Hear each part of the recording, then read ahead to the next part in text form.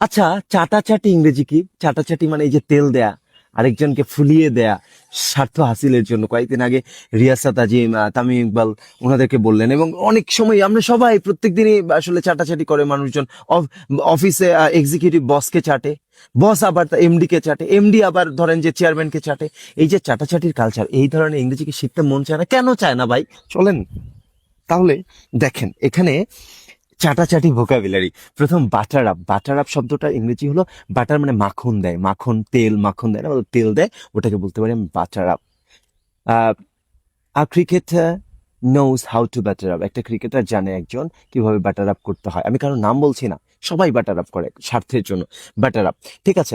I am a huge fan of both Tamim and Sakib, but definitely butter up মানে হলো চাটাচাটি, তেল দেয়া, ঠিক আছে।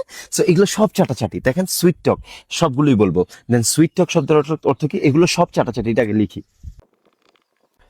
এন্ড দেন সুইট টক মানে মিষ্টি কথায় ভুলানো। প্রেমিককে হতে পারে ফুসলিয়ে ফাসলিয়ে, বলে না, এটা হলো সুইট টক, মিষ্টি কথায় ভুলানো। হি ওয়াজ হি ওয়াজ সুইট টকিং মি, সে আমাকে সুইট টক করছিল কেন? আমার কাছে কিছু একটা লাভের আশায়। দেন সুগার কোট। সুগার কোট মানে মিষ্টি কথায় ভুলানো। এই শব্দটা সুইট টকের থেকে আরো ভালো, এটা ডিপ্লোমেসিতে হয়। দেখা যায় যে পাকিস্তান আমেরিকাকে অনেক সুগার কোট করে, অনেক সুগার কোট করে, বাটারাপও করে, সবকিছু করে স্বার্থ হাসিলের জন্য। বাংলাদেশ করে ভারতকে, তাই না? তো ডেফিনেটলি সুগার কোট হলো যে, সেটা হলো মিষ্টি কথায় ভুলানো। And Pakistan sugar coats USA for benefit.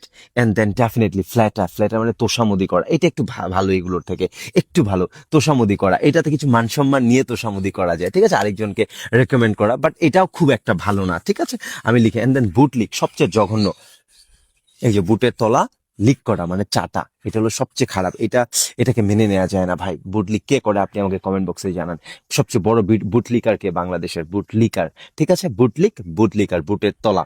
And definitely এটার থেকে সবচেয়ে ভালো যেটা আমরা বলতে পারি সেটা হলো কনভিন্স করা, আরেকজনকে যুক্তি দিয়ে বোঝানো এন্ড সেটা আদায় করে নেয়, এটাকে বলে কনভিন্স। এটা আশা করছি বুঝতে পেরেছেন। কত ভোকাবুলারি! আপনি কি আমাকে ধন্যবাদ দিবেন না?